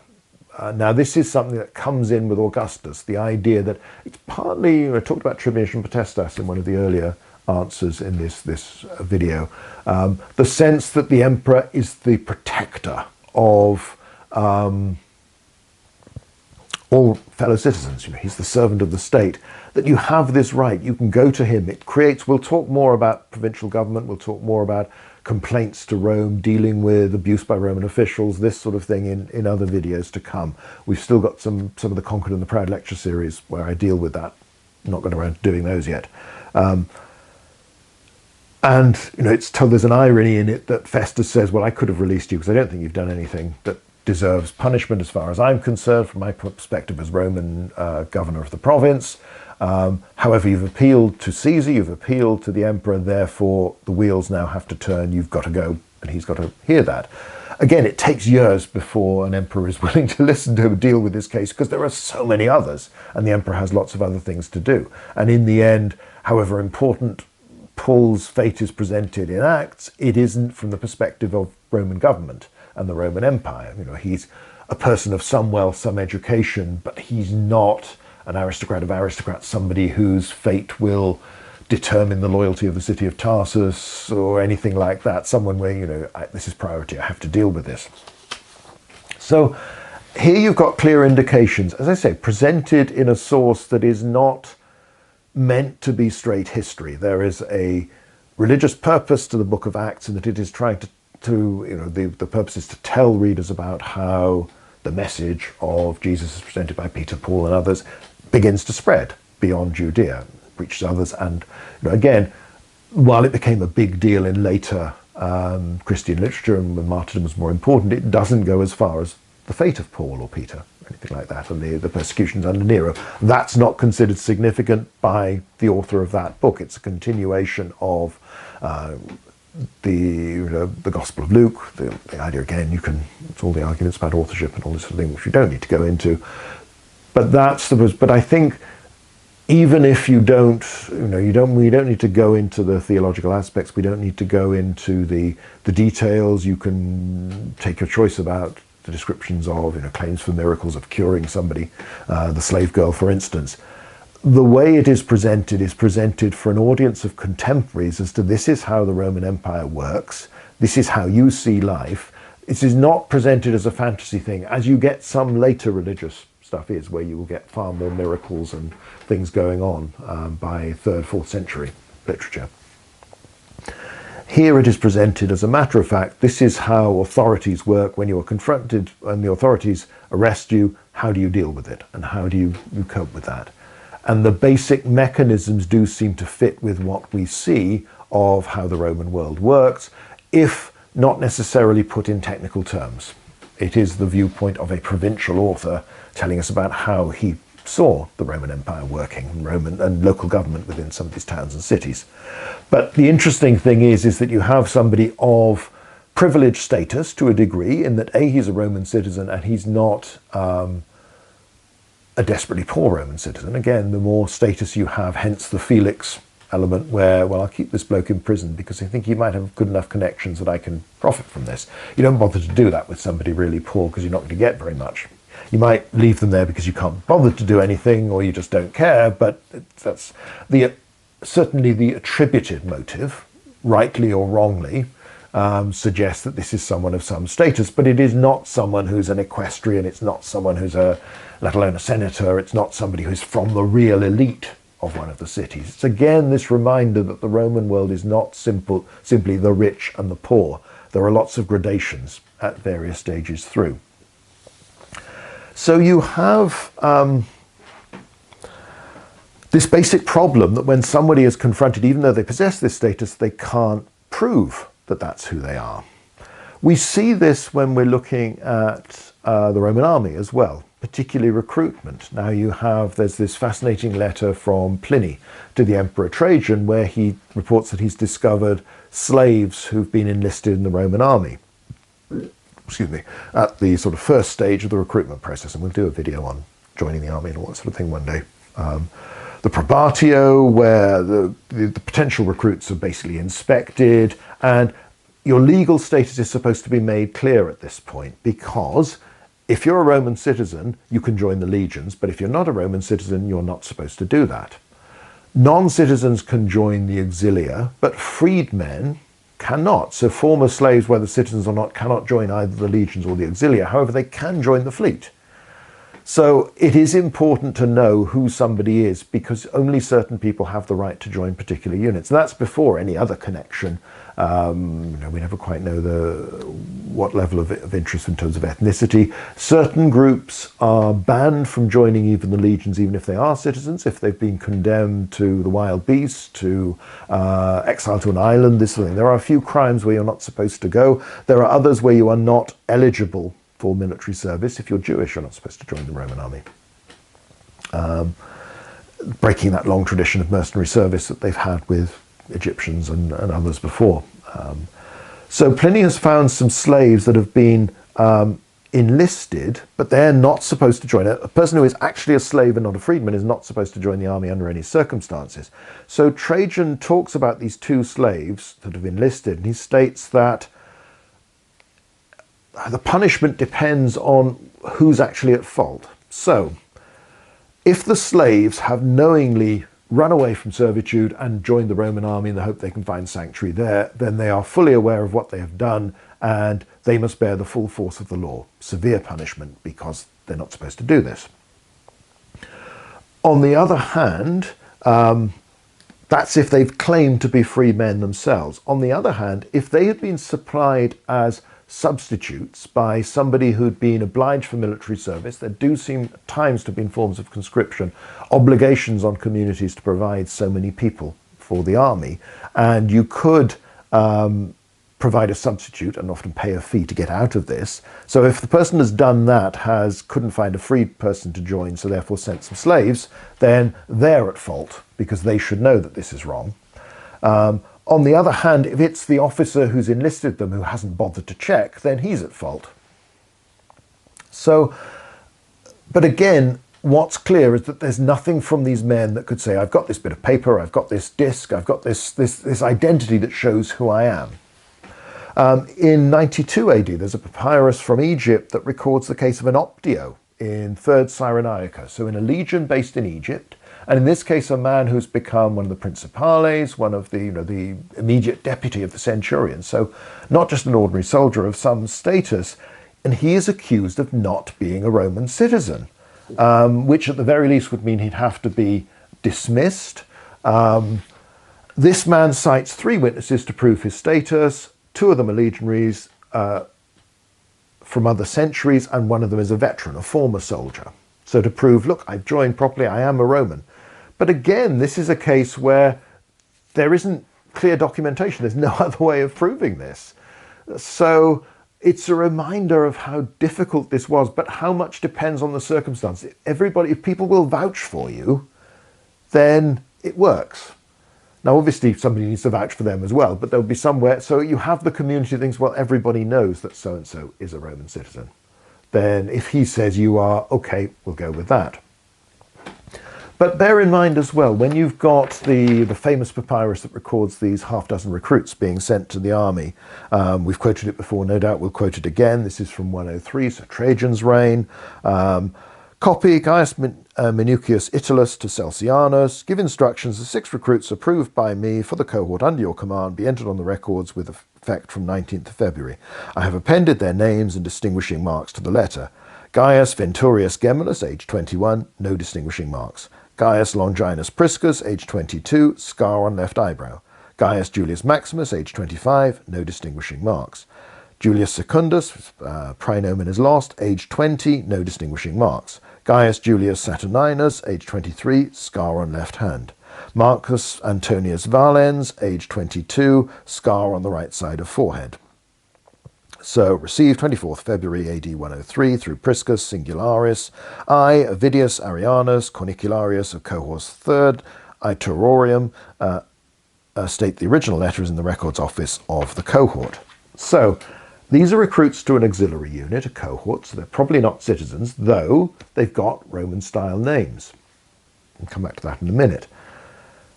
There's no sense of where they've come from in this particular document. The distinguishing features, only some of them have them, and they are a bit vague. Scar on left eyebrow. Well, you might not be the only person in the world with a scar on your left eyebrow, or a scar on your left hand, right side of forehead, all this sort of thing. However, they've been accepted through the system. It is assumed that everybody has done due diligence by this point. They're enrolled on the books of the cohort, and then they become accepted within the cohort, that everybody will know who they are. Interesting, they've got the 3 Roman names. That does seem to have been a common army thing. Even though you're not a citizen, you will, if you live your, perform your full military service, get honourably discharged, you will become a citizen. And then there will be documentation. Remember the diplomas, these bronze documents that list an individual, and it talks about the date on the basis of the year of the emperor's tribunician potestas, and consulships mentioned as well, going back to our earlier question. Governor of the province and discharging men from units, all these auxiliary units listed, including sometimes fleet units as well, and the rights you have. This is a bronze, a permanent copy of a document proving that you're a Roman citizen. The Roman army does seem to prefer to have names that it could understand, that were within the Roman tradition. So you get, even though these men aren't citizens, they're being given the full 3 names. It would also help to distinguish individual men and bring together, if you've got various different ethnic groups, different names. You get far fewer later on of auxiliaries who commemorate themselves with more ethnic, sort of Thracian type names by the later 1st into the 2nd century when they're on their monuments.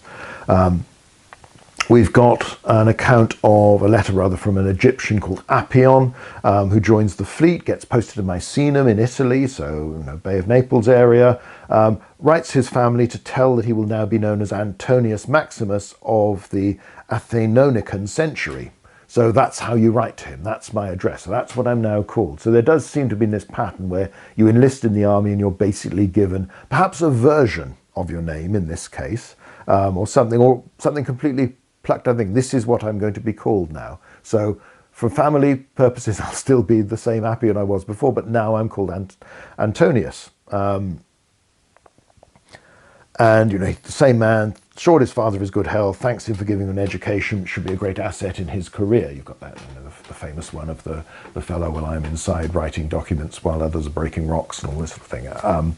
So the army is one of the most bureaucratic, organized elements. It's the biggest institution, really, of the Roman Empire. So it has more emphasis on identity in the same way we've often flashed it up. A horse or a mule that's enrolled on a unit's books is recorded, age, description, allocated to which soldier, all this sort of thing. So you track human beings, you track animals even through the military system, but you still have the problems that people don't come in the first place with any clear indication of who they are. But again, the emphasis on letters of recommendation. And it might even be that we tend to think of these very much as this is a recommendation from somebody significant saying that I'm well educated, I'm capable, I'm well brought up, think about me for some nice plum posting in the headquarters or for promotion, all this sort of thing, and that's clearly part of it. There may also be even a basic thing, if you come along, if you possibly can, with proof of this is my status, you know, I am a Roman, or I am a free man from this particular community and I wish to join. Hard to know, but certainly possible. So the army struggles to have proof. Vegetius, writing turn of the 4th, 5th centuries AD, talks about the military mark being put on people. Now, whether this is used to be thought of as branding or tattooing, we don't know when that came in. It's probably not that early. It wouldn't, unlikely to have been the case. I mean, it's a big thing, obviously, in the movie Gladiator, where Russell Crowe has this tattoo on his arm that he bloodily removes to try and hide the fact that he's been in the army. Later on, you've got all sorts of problems, again, about status, about military service, about avoiding military service, about desertion, all this sort of thing. So how much earlier it came to be the case that you had some formal proof marked on your body that you were a soldier, I don't know. I suspect it's relatively late, but that's again an issue for another day. But even that could be faked, could be removed, though presumably leave a scar. There were some formal punishments that involved branding, disfiguring for crimes, and particularly runaway slaves were often tattooed or branded with, you know, fugitivus, that you fled and been brought back. Some owners do seem to have tattooed slaves with their names, but again, that may only have been particular slaves. You do have to wonder, particularly if you thought, well, I might sell this person on, then you know, could end up with all these like stamps in a library book as to who's owned them and be removed. Probably, I think that's a relatively rare thing. The idea that everybody is always marked by their owner is not so probable. So again, we come back to the situation where if you break the rules, if you run away, then you probably are branded or tattooed or scarred, you know, marked in some way permanently, disfiguring that warns people that you're a flight risk. Because in part, there's also the thought that when we don't want this slave sold on to another owner who's unaware of the fact that he or she has fled once or however many times.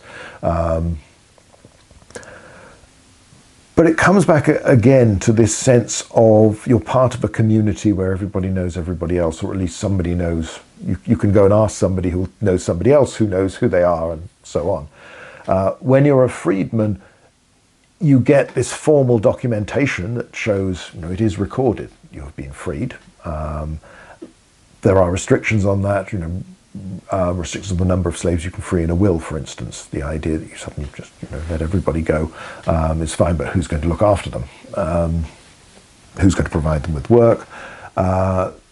So there's a lot of paperwork around certain circumstances, but in general speaking, again, you have your former auxiliary soldiers with their diploma that they might have to show that they are now a citizen, that they've honourably served and honourably been discharged, and that therefore might be particularly a case, depending on where you go, whether some areas being a Roman or not might not make a difference. Some areas it might make a huge difference. Again, some places, you know, you might be thought more likely to be under threat from Roman authorities or others and have to prove that you're a Roman. But you do find people elsewhere that have Roman type names, just like those soldiers who, as far as we can tell, probably not necessarily citizens. So people can assume that sort of identity if they want to. And it comes back to this being able to check, being able to ask someone who they were. And in the end, that's really how the empire works. It's lots of small communities where people have personal acquaintance, personal connections, and then that extends to others, but you have to go and ask. But the more you travel, the harder it is to prove who you are, unless you've got somebody to vouch for you, or unless you present yourself in a way that means you look the part. Hence the, you know, Bull of the Bandit pretending to be a Roman officer when he's not. You can get away with a lot of things. In that case, particularly, you turn up with a lot of soldiers backing you, so nobody's likely to argue too much anyway. But nevertheless, it is difficult to know. So you have all these cases where it's rather like the world until the very modern era.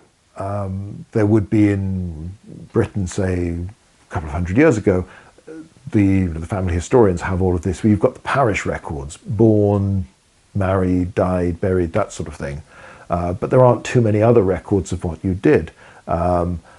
Even in terms of comparatively recent things, I remember a few years ago, my brother and I tried to find our grandfather's military records from the First World War when he served in the artillery. And although we could find his medal records, and we've got his medals in a box, and he's got the three, because he did arrive in France late in 1915, so he's still got the 14-15 star as well as the other two. His records for his actual service were destroyed in the Blitz in the Second World War, along with lots of others. So quite a lot of individual records for the First World War are lost. And because he was artillery rather than, say, an infantry battalion or cavalry regiment, it's much harder to trace specific artillery units. When somebody just has on their identity discs, on their medals, that they were RFA, Royal Field Artillery, that's a big, big unit.